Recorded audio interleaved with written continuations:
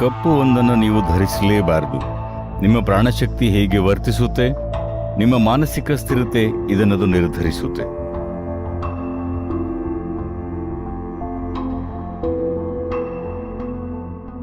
ಆದಿಯೋಗಿಗೆ ಹಲವು ಮುಖಗಳಿವೆ, ಆದರೆ ಅವನ ಒಂದು ಆಯಾಮ, ಅವನು ಒಬ್ಬ ವೈರಾಗಿ ಅಥವಾ ಬೈರಾಗಿ.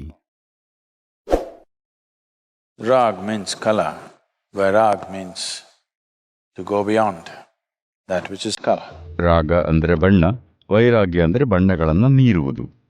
ಯಾಕಂದ್ರೆ ನಮಗೆ ಗೊತ್ತಿರೋ ಬಣ್ಣ, ಈ ಕಣ್ಣುಗಳಿಗೆ ಗೊತ್ತಿರೋ ಬಣ್ಣ ಬಿಳಿ ಬೆಳಕಿನ ಒಂದು ರೀತಿಯ ವಿಘಟನೆ ಅಷ್ಟೇ.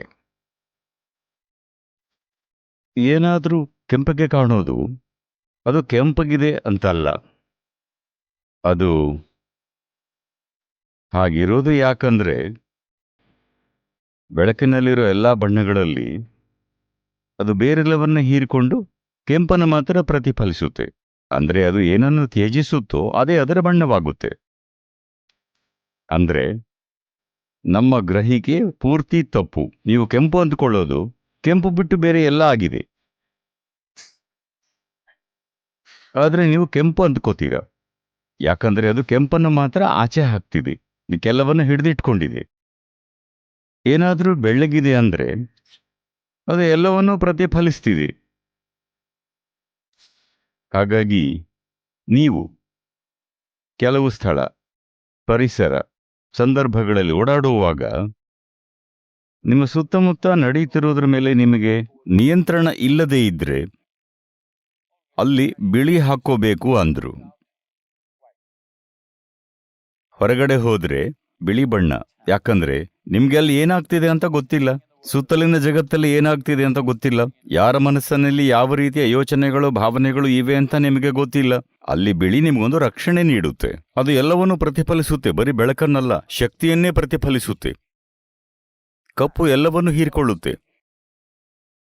ನಿಮ್ಮ ಸುತ್ತ ಇರೋದನ್ನ ನಿಮಗೆ ಹೀರಿಕೊಳ್ಳಬೇಕಿದ್ರೆ ಅಂತಹ ಸ್ಥಳದಲ್ಲಿ ಕಪ್ಪು ಧರಿಸಬೇಕು. ಆದ್ರೆ ಏನೂ ಹೀರಿಕೊಳ್ಳಬಾರದ ಸ್ಥಳದಲ್ಲಿ ಕಪ್ಪು ಹಾಕಿದ್ರೆ ನೀವು ಸ್ಲಿಮ್ ಆಗಿ ಕಾಣಬೇಕು ಅಂತ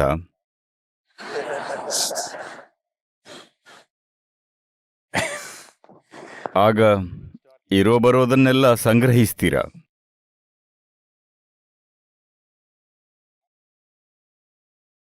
ಇದು ಹೇಳಿದ್ರೆ ಬಹಳ ಜನಕ್ಕೆ ಇಷ್ಟ ಆಗಲ್ಲ. ನನ್ನ ಪ್ರಕಾರ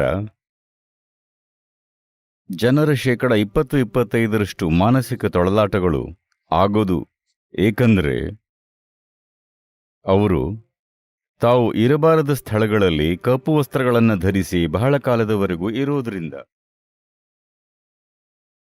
ಮತ್ತೆ ನಾನಿದನ್ನು ನೋಡ್ತೀನಿ,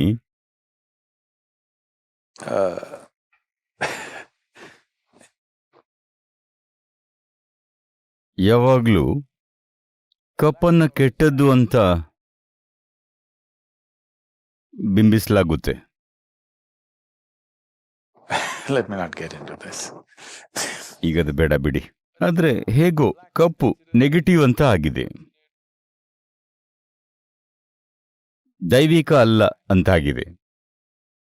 ಕಪ್ಪು ಆಸುರಿ, ಸೈತಾನ ಬಂದ್ರೆ ಖಂಡಿತ ಕಪ್ಪು ಬಟ್ಟೆಯಲ್ಲೇ ಬರೋದು. ಹಾಗಂದುಕೊಂಡು ಪಾಶ್ಚಾತ್ಯ ದೇಶಗಳಲ್ಲಿ ಕಪ್ಪನ್ನು ಶ್ರದ್ಧಾಂಜಲಿಗೆ ಧರಿಸ್ತಾರೆ. ಸಾವಾದಾಗ ಕಪ್ಪನ್ನು ನೀವು ಧರಿಸಲೇಬಾರದು.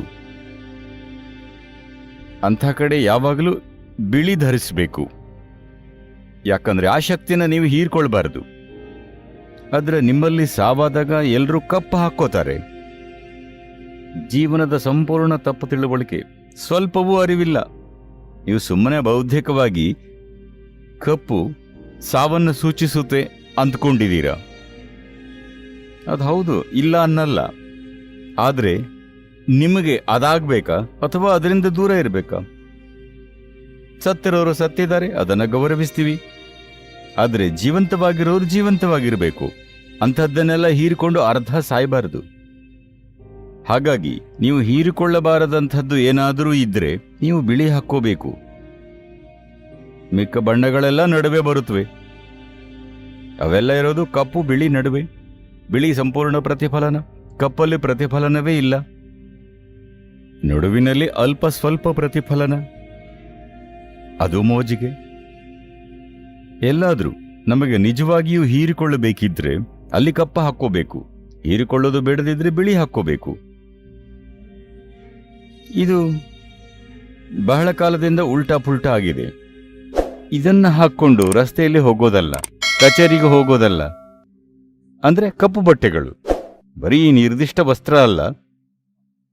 ಇದನ್ನ ಹಾಕ್ಕೊಂಡು ಸಬ್ವೆಯಲ್ಲಿ ಹೋಗೋದಲ್ಲ, ಅಂದ್ರೆ ರೈಲು ನಿಲ್ದಾಣ, ಸ್ಯಾಂಡ್ವಿಚ್ ಅಲ್ಲ, ಆಯ್ತಾ? ಎಲ್ಲ ಮಿಕ್ಸ್ ಆಗ್ತಿದೆ. ಯಾವ ಜಾಗದ ವಾತಾವರಣ ನಿಮಗೆ ತಟ್ಟಬಾರದೋ ಅಲ್ಲಿಗೆ ನೀವು ಕಪ್ಪು ಬಟ್ಟೆಯಲ್ಲಿ ಹೋಗಬಾರದು. ಯಾಕಂದ್ರೆ ಇದು ನಿಮ್ಮ ಪ್ರಾಣಶಕ್ತಿ ಹೇಗೆ ವರ್ತಿಸುತ್ತೆ ಅಂತ ನಿರ್ಧರಿಸುತ್ತೆ, ನಿಮ್ಮ ಮಾನಸಿಕ ಸ್ಥಿರತೆ ಹಾಗೂ ಇತರ ಅನೇಕ ಅಂಶಗಳನ್ನು ನಿರ್ಧರಿಸುತ್ತೆ. ಬಣ್ಣಗಳದ್ದೇ ಆಟ ಇದೆ, ಸರಿನಾ? ಲೇಟೆಸ್ಟ್ ಹಾಗೂ ಇಂಟ್ರೆಸ್ಟಿಂಗ್ ಸುದ್ದಿಗಳಿಗಾಗಿ ಬಾಸ್ ಟಿವಿ ಕನ್ನಡ ಚಾನೆಲ್ನ ಸಬ್ಸ್ಕ್ರೈಬ್ ಮಾಡಿ. ಹಾಗೆಯೇ ಬೆಲ್ ಐಕಾನ್ ಪ್ರೆಸ್ ಮಾಡಿ. ಇದರ ಜೊತೆಗೆ ಫೇಸ್ಬುಕ್, ಇನ್ಸ್ಟಾಗ್ರಾಮ್, ಎಕ್ಸ್ನಲ್ಲೂ ಮಿಸ್ ಮಾಡದೆ ಫಾಲೋ ಮಾಡಿ.